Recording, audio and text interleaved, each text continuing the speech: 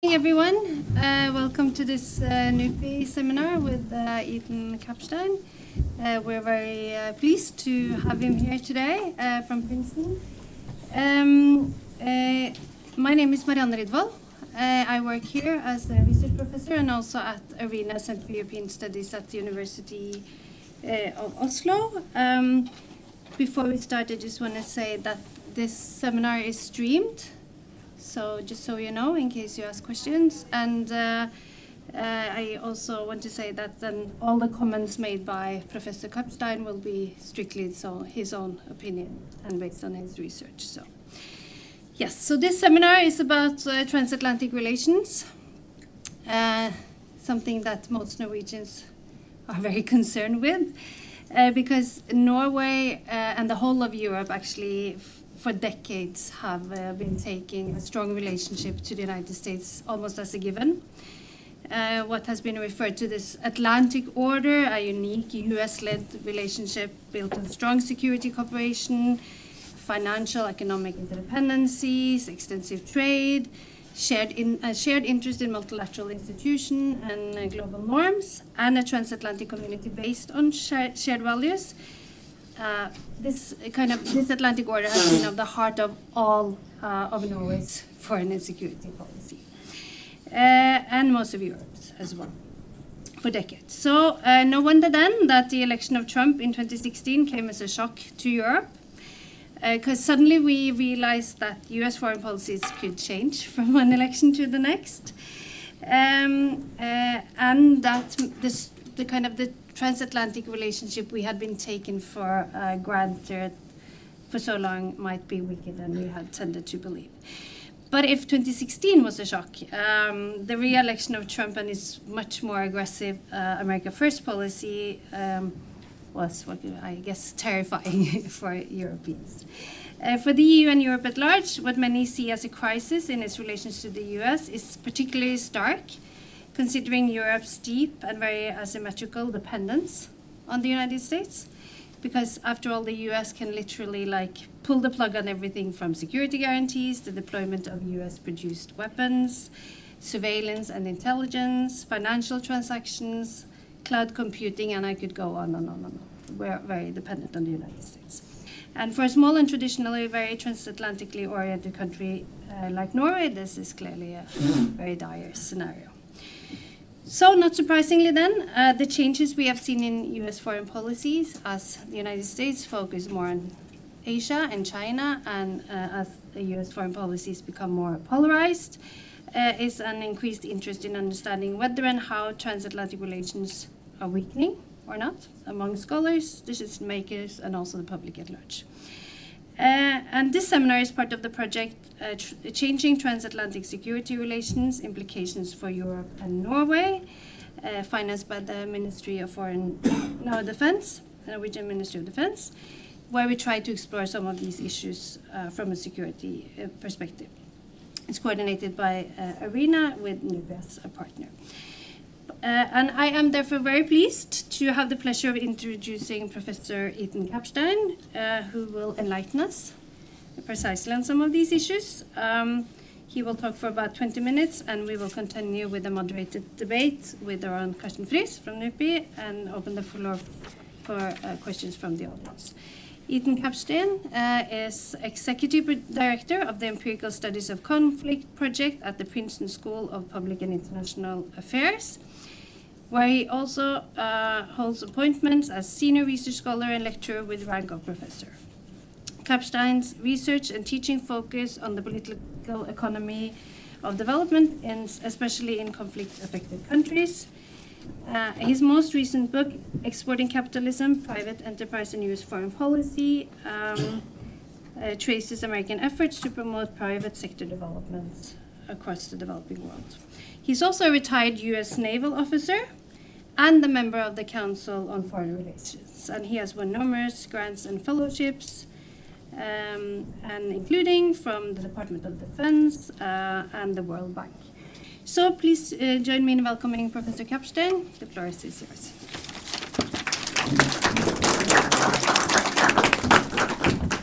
Thank you so much. Marianne, did you say terrifying or terrifying?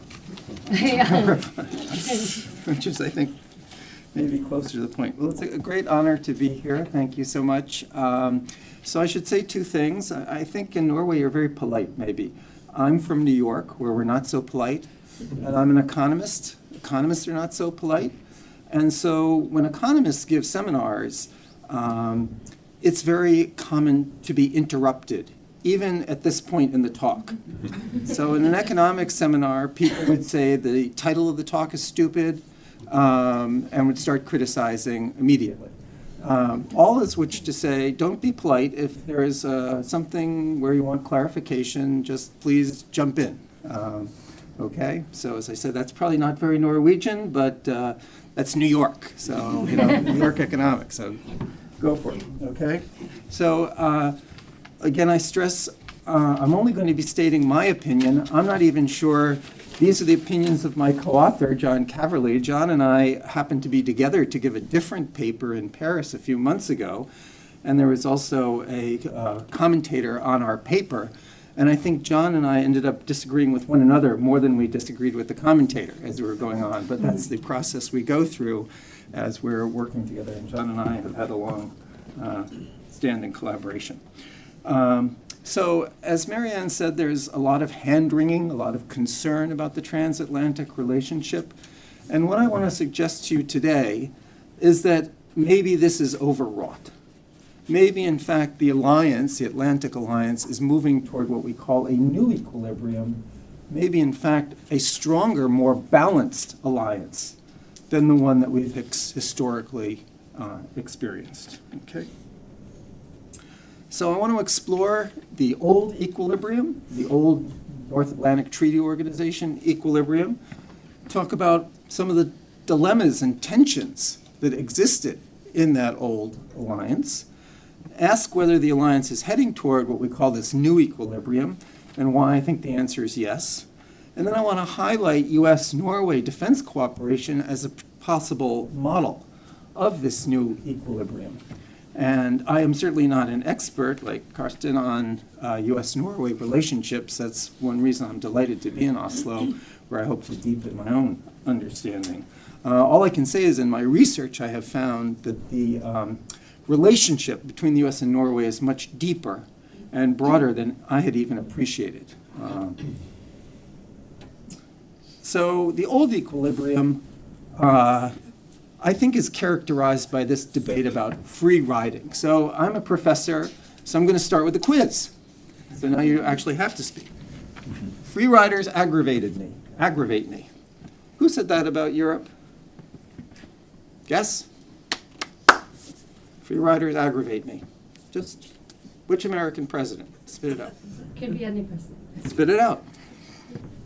What do you think? Trump. No. Truman. Nope. Obama. It's time for allies to contribute more. Who said that about Europe? Trump. Nope. Truman. Nope. Clinton. Reagan. We cannot continue to pay for the military protection of Europe while the Europeans use their resource for welfare and trade. Who said that? Biden. Kennedy. So we could go back to Truman, Eisenhower. Every American president since the founding of NATO has lamented the imbalance in the relationship. And of course, as Olson and Zeckhauser, two economists, pointed out in 1966, free riding, the ability of Europe to spend almost nothing on defense while the United States spent a great deal, was very rational from the European perspective. Why? Because the US and Europe had aligned interests. And so long as the US was willing to provide the collective good, in this case nuclear deterrence, toward the Soviet Union, why would Europe spend any money at all? The puzzle was not why Europe spent so little, it's why it spent anything. Because the US put its troops on the front line, a tripwire, it provided nuclear deterrence, and so Europe rationally was the free rider and spent money on welfare and trade and all the things we enjoy in Europe. So that strategic alignment is what permitted free riding.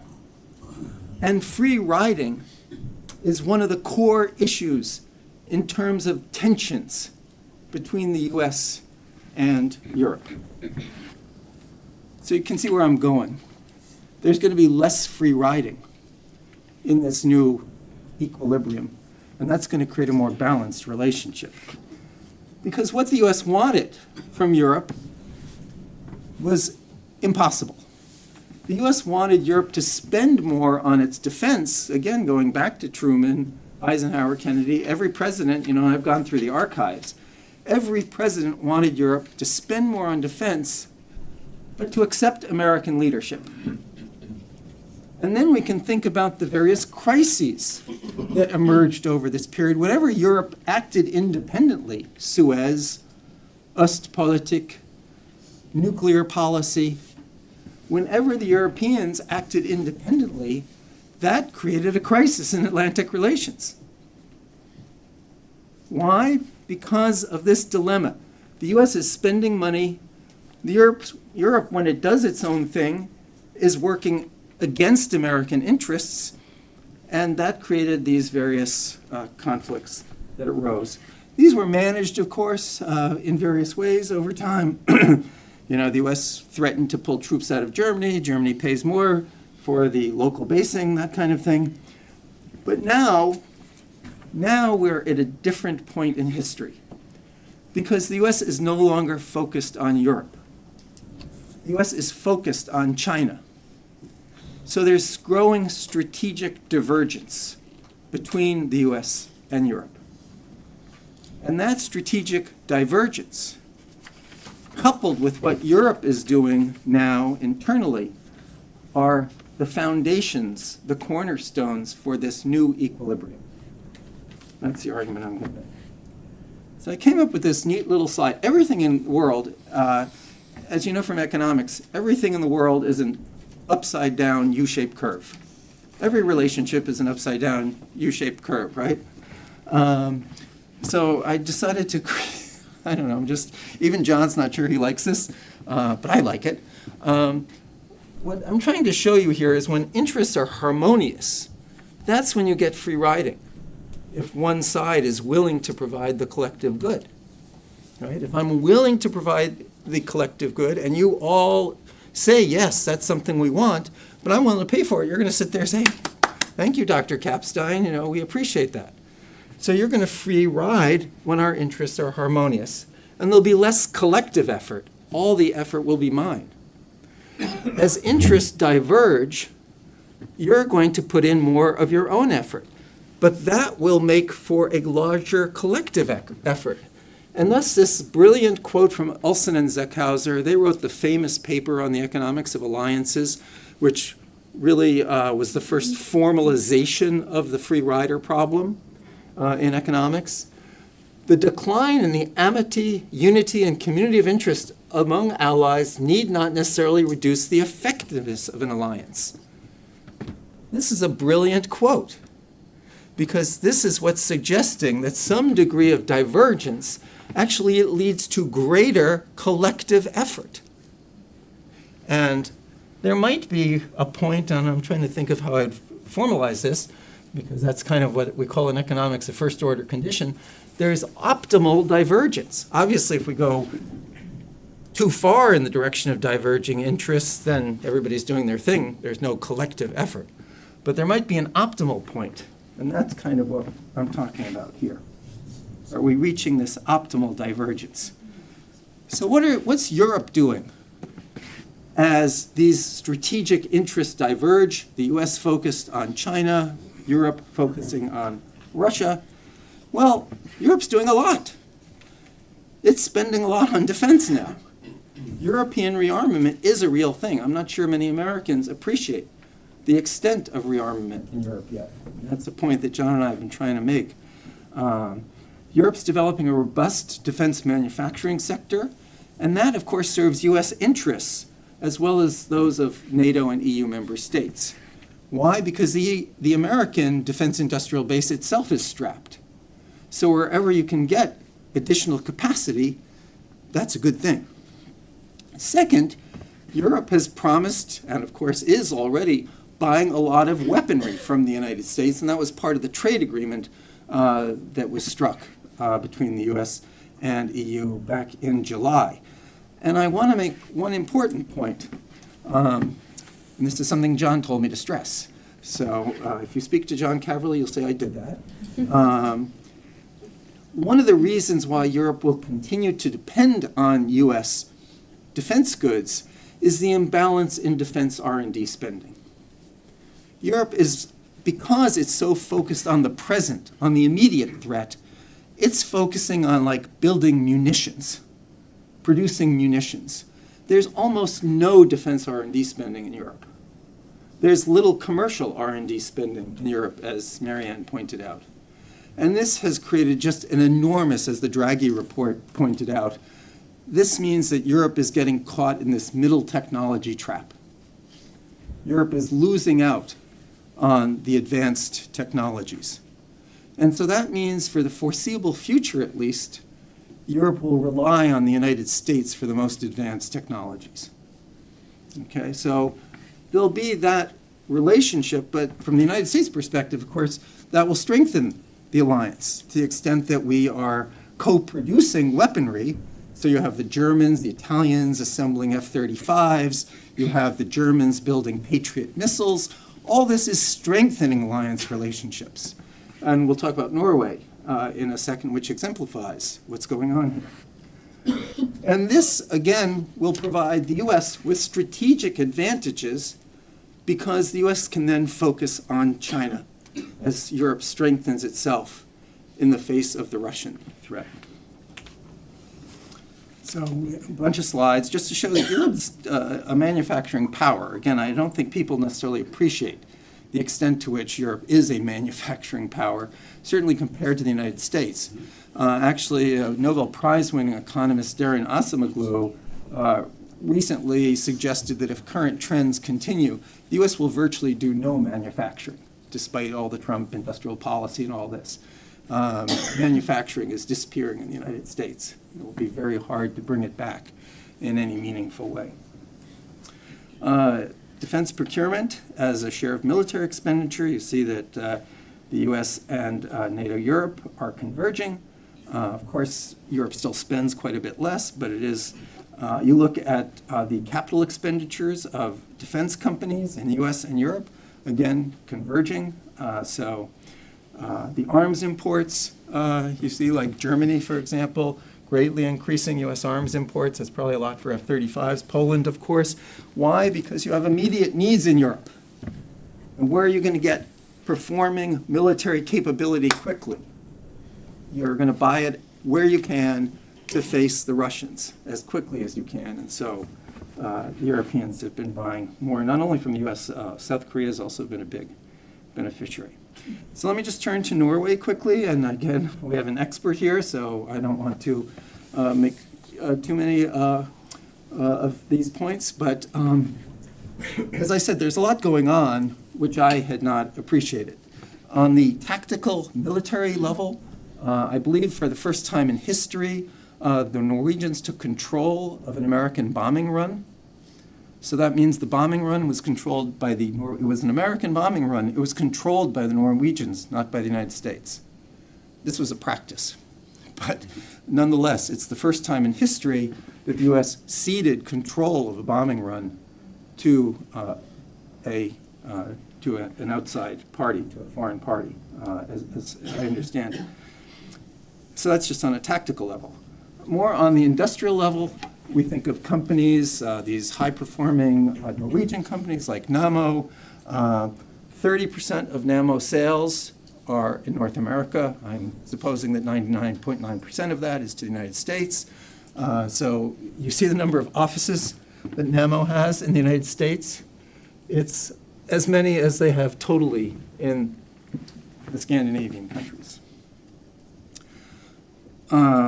Kongsberg, your high-performing company, is very well established in the United States, building a new plant in Virginia as we speak.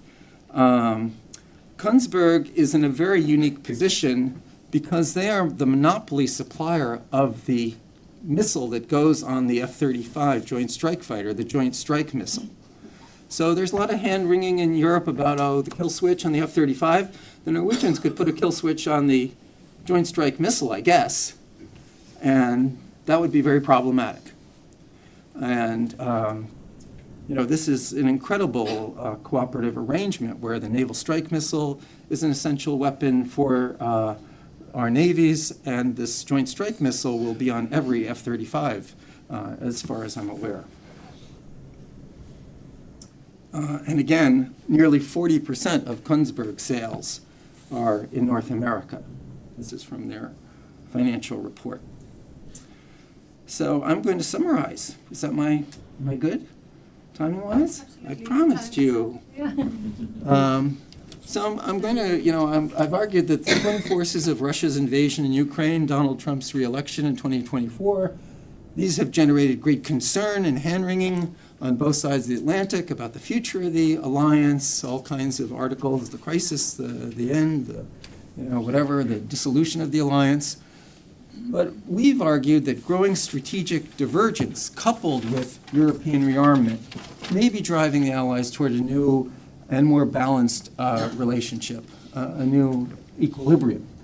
Norway may offer a model of what that future US-European cooperation will look like. So maybe the future is being written right here as we speak, in part. And I think as a test of my thesis, if you will, looking at the history of the US-Norway defense cooperation might be very interesting to see if, in fact, it is strengthening over time, and particularly if we see some kind of break toward more cooperation in recent years. So that's something I would like to explore. And again, if there are folks interested in those issues, I would look forward to your comments and follow-up. That's my email. Thank you very much.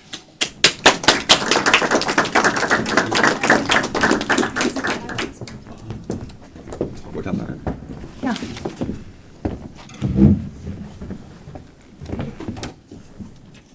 Yeah.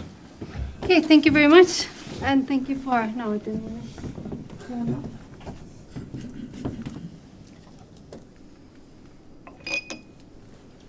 Okay. Yes, thank you very much for a very interesting talk and very interesting research, also for a more optimistic tone that I think everyone appreciates. I think I will ask Karsten first to comment. So, Karsten, do you agree? Do you see this? Do you see Europe and the United States reaching a new equilibrium? Well, at least it's too early to conclude. I think 6 months into the Trump presidency, we don't know where this is landing yet. And I think the idea of United States entirely leaving Europe is not very realistic. It's about how they will engage Europe in the future. But just a small comment first on the old equilibrium, and just a question. Despite all this rhetoric from the president that we don't spend more, Europe did actually spend quite a lot of money on defense in the Cold War. So I want to, what the reflection is. It's after the end of the Cold War, you had a peace dividend and all that, and they tried to catch up again. So I think Norway spent, 3-4% of GDP on defense at the time. There were also nuclear powers in Europe, so it's not completely free riding. So anyway, that's all that we could. It's not the point now. It's actually the future. And that's another question I wonder about. Is that we're talking about interests, converging interests, but there's also values, and I think values are a very important part of NATO because it makes the alliance solid. It's easier to go through the difficult, bumpy times, dire straits, when there are shared values. If it's only about interests, it's become much more volatile and transactional. So I will defend you if you give me something back. But if there are values, I will defend you, whatsoever, because it's my own interest. And my concern with the political, direction of the Republican Party and Donald Trump is that these values are disappearing. And if it's going to be only transactional or only converging of interests, well, I don't know. What's your comment on that? Then just on the Norway and the deep integration, yes, I mean we can talk about that. There's no doubt that Norway, United States had a long history of close and cooperation and integration, and partly strategic, partly it's down to personal level. Strategic is that Kola Peninsula, Soviet, now Russian strategic submarines up there. They are targeting American mainland, not Norway, but it's convenient to have Norway as a neighbor for United States. And intelligence collection and sharing has been the cornerstone of our bilateral security for decades. And you can add on the F-35s and all these other things. And it's true what you describe that little incident as a kind of empirical. I mean, we also had like 2 weeks ago, there was a B-2 flying over from the US, escorted by Norwegian F-35s, testing a new missile outside Norway. And so these things happen all the time, and it doesn't happen by chance. So that's my more, what I understand when I talk to people in the armed forces is that lots of these things that's happening is build personal relations, confidence building over years between individuals actually, and of course departments, units. So the reason that Norway is apparently more integrated with the US can do actually things not just be next to each other in the air, but actually communicate and do things together, be on the same software. It's not many countries that are that integrated and that capable of going with the United States. Now, I'm not sure the United States would allow everybody else to be part of that because it's a bit unique, and I think it's because of partly strategic position of Norway and partly historical, confidence building. It's going to take, Finland 20 years to reach the same level, to put it that way. So I'm not sure I don't think it's a very realistic model for the whole of Europe.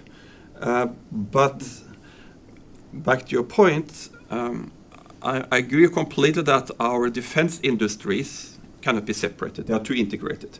And the technology that the United States provides, it's the backbone of any Western defense technology. And it would be stupid of Europe to try to make our own ISR, digital platforms, because the Americans is so much better, and why should we have two systems?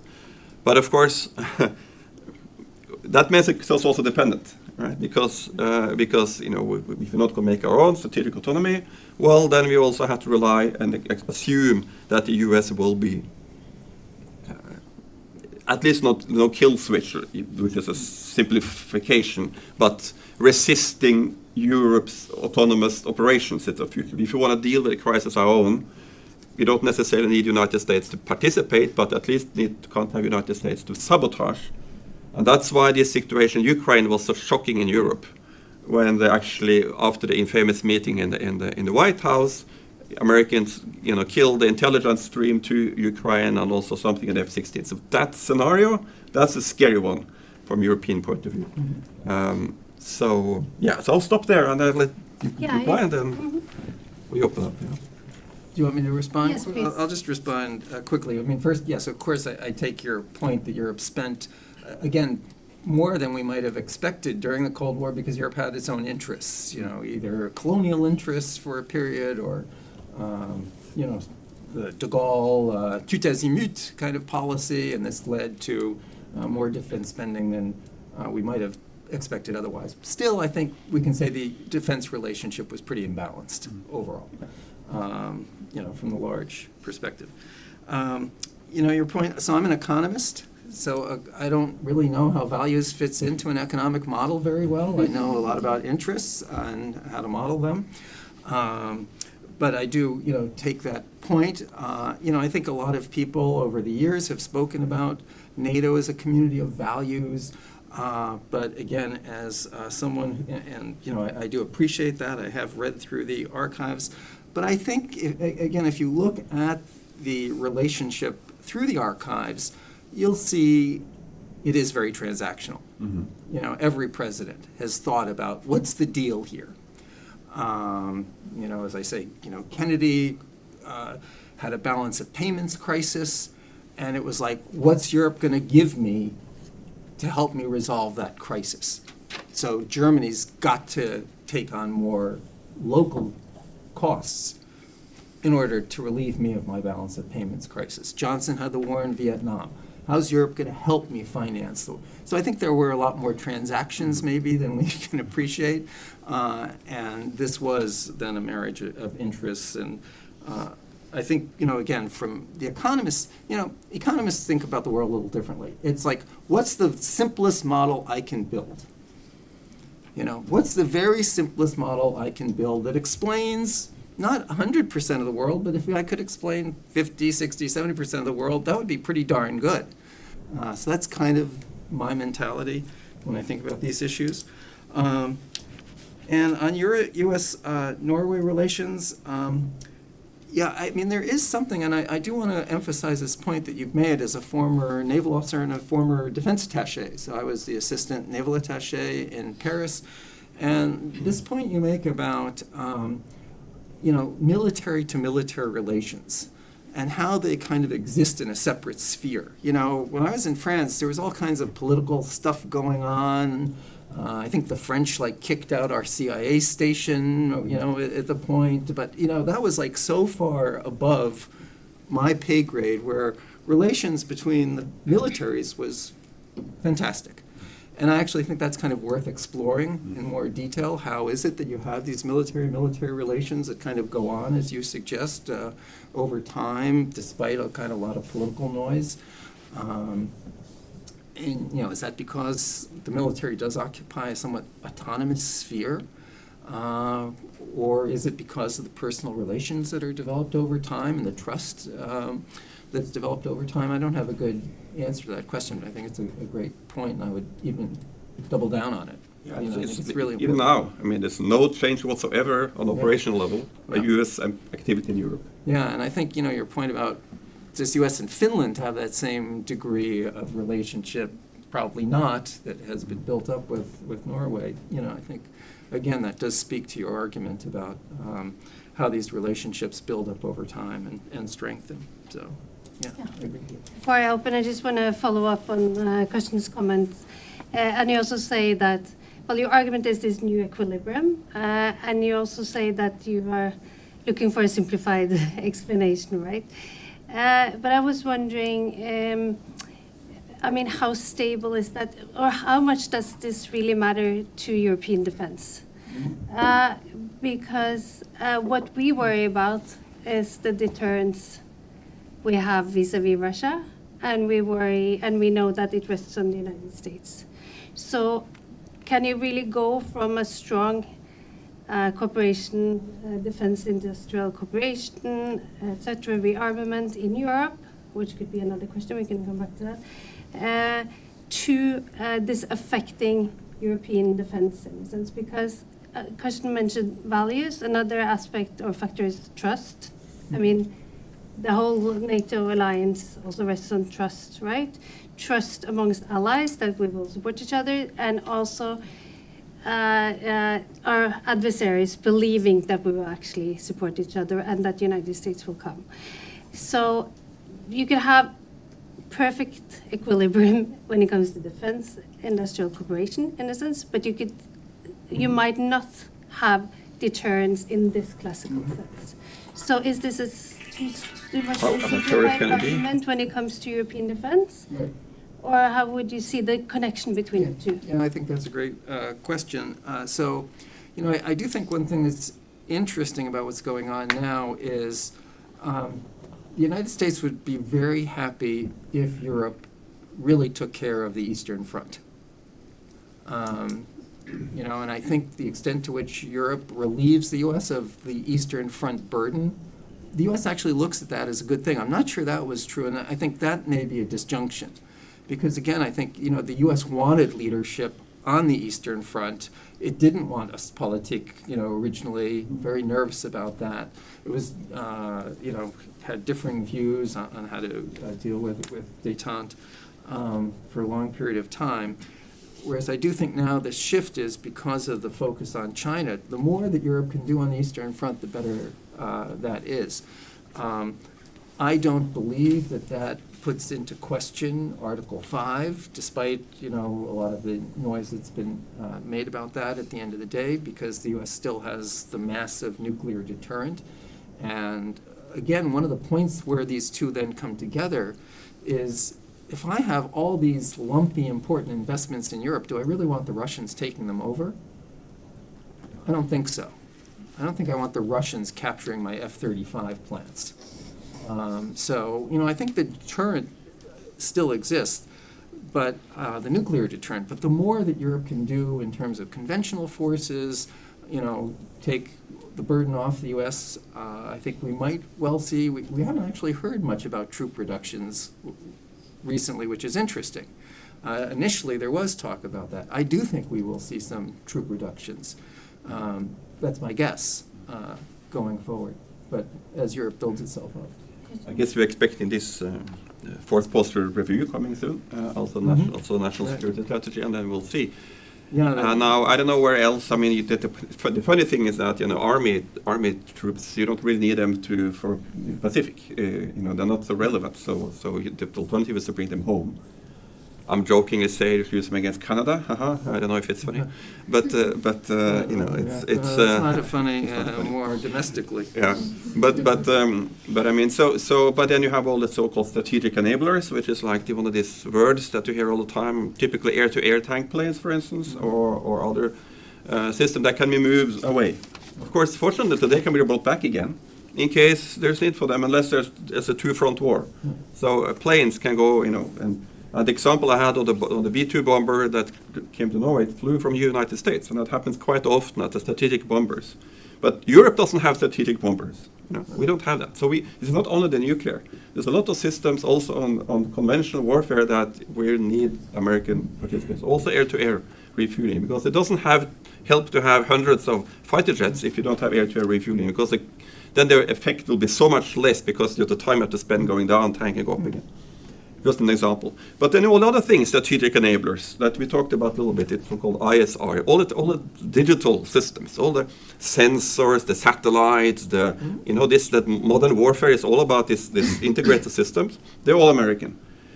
But I mean, they are still there. The satellites still go there. It's not like, if you go to Pacific, this will turn off in Europe. Yeah. So, again, so I don't see that as a necessary crisis, along with the political relations, and there's some level of trust across the Atlantic. I don't see why that should be a problem. And air-to-air tank planes we can build on order, and we have a few. We just have to buy more. Yeah. But you would be, I think, then making my argument that that's strengthening. That Europe is still going to rely on some American capability, but it is strengthening its own capability in important areas. The concern is only the trust, as Marianne says. Will. And also because that the questions about trust creates uncertainty in alliance. And it might also, as I keep saying, inviting Putin and adversaries to test us. What's happening these days? Now, we don't know if what's happening in Denmark, if who that is and all that. But I have been expecting that we've been tested for a while. Yeah. And if it turns out to be Russian, we don't know. But if it does, it's an example of that kind of testing us. Yeah. Not in high-end warfare, but in I was very relieved to fly into Oslo without the drone shutdown the other day. So you had a window there between. I had the window, Yeah, we have all these instances suggesting that Putin might starting to test the NATO alliance, right? And I'm not sure how well NATO did in response, for example, to some of these. Well, they had an exercise in Estonia recently. I think, Trump doesn't even respond, right? So what does that say? NATO does. I mean, there were activities in Estonia, largely led by the Europeans, by the way. I think the British are based there. So again, there's also a game it's a three-way game, right, between Putin, Trump, and Europe. And I think Trump is also trying to see, what is Europe doing? Are the Brits moving troops or exercising more with other European forces? Can they take this burden off us? So, one last question, and then I'll open the floor. This new equilibrium, it also rests, of course, on Europe doing its part. And as you say, I very much agree that Europe is doing a lot, especially through the EU mechanisms. But you also discussed these bilateral defense industrial cooperation. If the United States focuses too much on bilateral agreements with individual countries, might that also risk fragmenting the European part of the deal? Yeah, so I mean, I think that is a long-standing EU problem. I'm not sure how much the U.S. can really solve that problem. It is a fragmented defense industrial base. For many European countries, defense industrial programs are jobs programs or patronage programs. The Draghi report is only the most recent in about 100 reports over the years pointing this out. And the vast majority of defense spending is national. What the EU spends on defense is tiny, tiny, tiny, even with the new initiatives. So, it is basically a collection of national militaries that the EU is trying to, but there's no strategic culture in the EU. You would have to build an entire strategic culture. There's no central command. I'm not a defense policy expert in this way, the way you are, Karsten, so I don't know what your thoughts are on this. But I still think Europe itself has a very far way to go toward anything like military integration. Well, my reading since the full-scale invasion of Ukraine, that EU and NATO relationship has been kind of clarified. It's a division of labor. Nobody's talking about EU army anymore. So the way I see it, as European Union has found itself as a force producer. So it's an about industrial standardization, about giving some carrots at least to get countries to come together to try to make less divergent suit or kits. But you just saw like the French-German now. Yes, so right. So they're over a new fighter, whether the French will participate or the French. Yeah. And So on the big platform is difficult. On the small ones it might be easier. But anyway, they're trying. Whereas, so that means that NATO, takes care of the operational part of it, and EU does the kind of first, which is good, I think. Yeah. And then EU can get better. But I want to add another point that you didn't really, but you said it maybe indirectly, is that during all these years when US wanted us, to spend more money on defense, at the same time, US, all administrations were opposed to strengthening European defense industry. They wanted us to buy American. So on the one hand, be more independent, but buy American. That's where I said, they wanted policy complicity. Yeah. So now when Europe says, okay, maybe it should be, strategic autonomy and all this language that, there's skepticism about, but it's all about, okay, let's strengthen the European industry. And then, that is, so again, that's what we're seeing a little bit now. Mm-hmm. I'm not sure where the Trump administration is on exactly this, if they're more accepting more European investment directly to Europe, or still very strong push for buying American.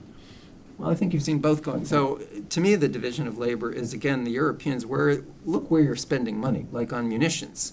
You're greatly increasing commodity kind of weapons production. 155 shells, even some of the missiles are kind of commodity products. And I think that's great, because the U.S. should not be devoting scarce defense dollars to commodity-type products. And so I think you have that emerging division of labor, too. Let the Europeans, the South Koreans, whoever build the commodity stuff, and the U.S. will focus more on the higher-end stuff. Okay, we'll open the floor for questions. Please introduce yourself when you take the floor. Yes, first. Hi, Gert Tolland. Thank you so much. It was interesting to hear an economist analysis on the world. I'm wondering a little bit, as Europe is moving towards more strategic autonomy and trying to reach this optimal divergence that you spoke of, do you think the U.S., and in particular with Trump as an unconventional American president, is going to accept this divergent, and that EU really puts its foot down on particular issues? Then I'm thinking, for example, about Israel-Palestine. Is the U.S. going to accept that the EU takes a different stance? The EU also has a more of a pragmatic stance towards China. It's a economic cooperation partner, not an enemy. Is Trump going to accept that?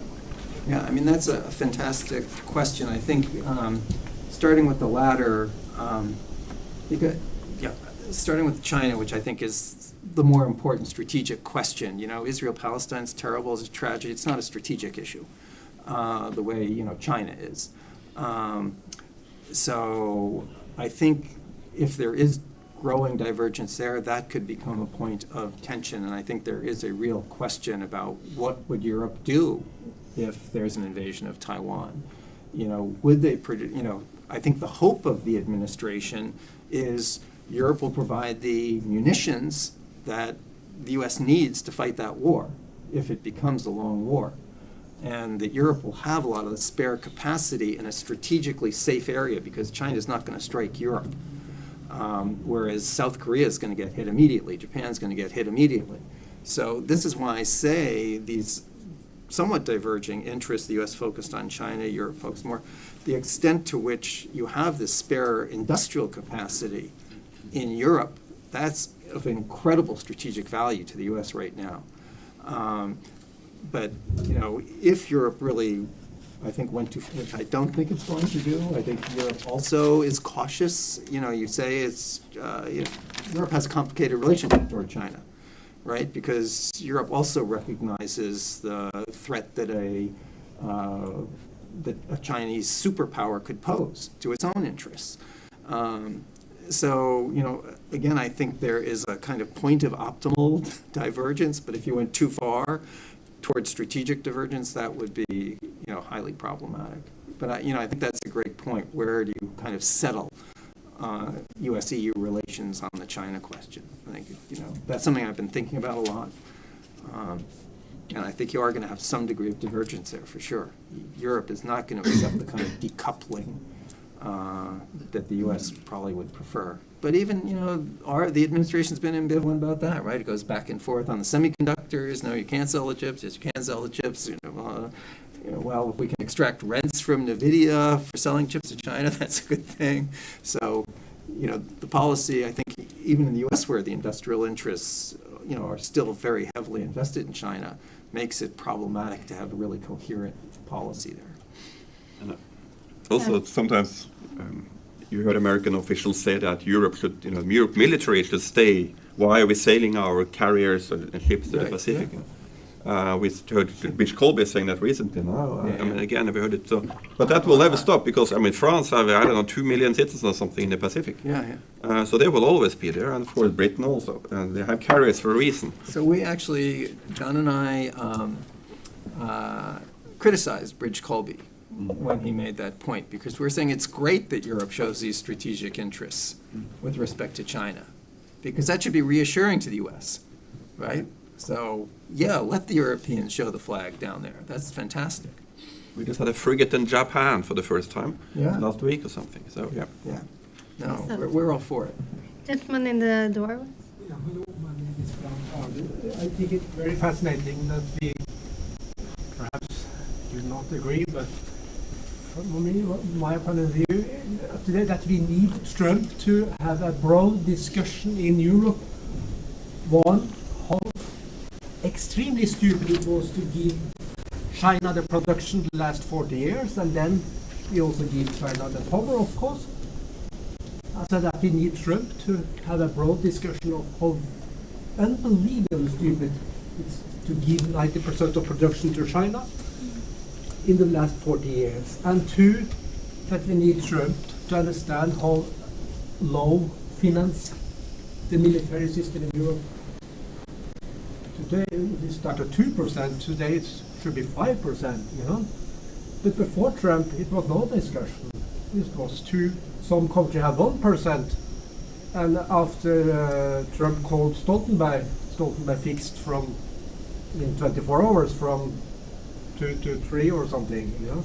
So it's very interesting that we need Trump to understand these two big problems. Also we give China all the production to buy cheap things, cheap shit back.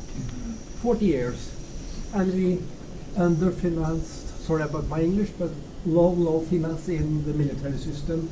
But the question is, everybody in this room knows that the economy in Italy and France is total catastrophe. Everybody knows that.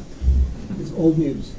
But the new is that also the economy in Germany had bigger and bigger problem the last 2 years. And the question is that how can we finance this 5 or 6% when also the big engine in Europe, the German economy, go down? Yeah, I mean, I think that's a great point. You know, what are the fiscal limits? Because, you know, there's one really big difference between the U.S. and Europe. The big difference is the dollar. And this is a point I try to make. Even in Washington, people do not fully appreciate the role of the dollar. The fact that the U.S. is the only country in the world that can keep printing money. The only country in the world that can keep printing money. And everyone will take it. Why? Because there's no alternative. So the fact that the dollar is this universal currency gives the U.S. a fiscal capacity that no other place on earth has. Every other country eventually meets the bond market. And the bond market then tells that country what it can and can't do.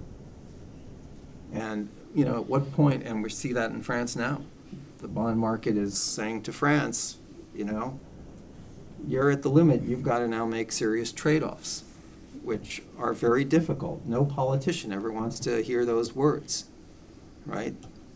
They want to spend, not tax. Every politician in the world, I don't care which country you go to, spend, not tax. But that is a problem for Europe, and I think, you know, how these trade-offs will get made in the coming years is absolutely maybe the crucial political economy question for Europe that's facing. Obviously, Norway doesn't have those same immediate problems that, as you suggest, you know, France, Italy, and Germany may be facing. But yeah. Yeah, but just a comment on the China moving production to China. I mean, we must remember that after the end of the Cold War, maybe it was naive optimism, but you can also call it a strategy called globalization, which we all benefited from financially, economically. You know, we really made a lot of money by sending production to a cheaper, you know, so we got products much cheaper. So it was rational to do so, but it was also kind of an idea about peace building, that by integrating our economies, you will also integrate them politically, China and Russia, into a kind of, you know, democratic world of states. And that failed, that part of it. But that was you could call it a strategy. You know, it was an idea that we should actually create, you know, a better world, so to speak. But we know the answer. It didn't work out. So in retrospect, it makes sense. But you know, at the same time, it's probably worth trying, I guess, at the time. Anyway, that's a discussion itself. But Germany, I want to add one point also. I mean, now Germany, I'm not an economist, so correct me now, but the fact that Germany now actually can borrow money to invest for the first time in years, actually they can, you know, have a deficit. That should hopefully change that pattern, you see, and create some incentive for growth, inshallah. Mm-hmm. Right. I'm Elin Österberg Hansen, I'm a former Norwegian ambassador to the WTO and OECD. So we have some common thoughts about the economy. Administrator at WTO. Pardon? I'm a former principal administrator for Russia at OECD. Okay, maybe we met. My question is, well, thank you very much. This is really, really interesting, and it's sort of a underlying thought about our former Prime Minister Gro Harlem Brundtland. Everything is connected to everything. But I would like to focus on China. I mean, China is the second largest producer of weapons in the world, and they have 3 of the 10 largest companies on this. And in your introduction, you didn't mention that when you show where Europe will buy weapons in the future if and when we have this other equilibrium. We have seen China developing. I disagree with what was said just recently, that we let them do this. They actually took the opportunity to be better. So maybe China doesn't have a recent future in wars that some other countries have, but they are very good at the technology side. So we shouldn't underestimate the possibility that they will actually jump into areas where they will be best on the weapon technology as well. So how do you see China in this equilibrium where we think that the US will be and Europe will be a win-win, but where we, if Trump is pushing us away with his tariffs and all this, might actually look to China? Yeah, I mean, I think that's a great and fascinating, very insightful comment. You look at some of the new arms producers that have benefited from the recent conflict in Ukraine and somewhat in the Middle East. South Korea is a huge beneficiary, and I think Poland's second largest supplier of weapons now is South Korea, after the United States.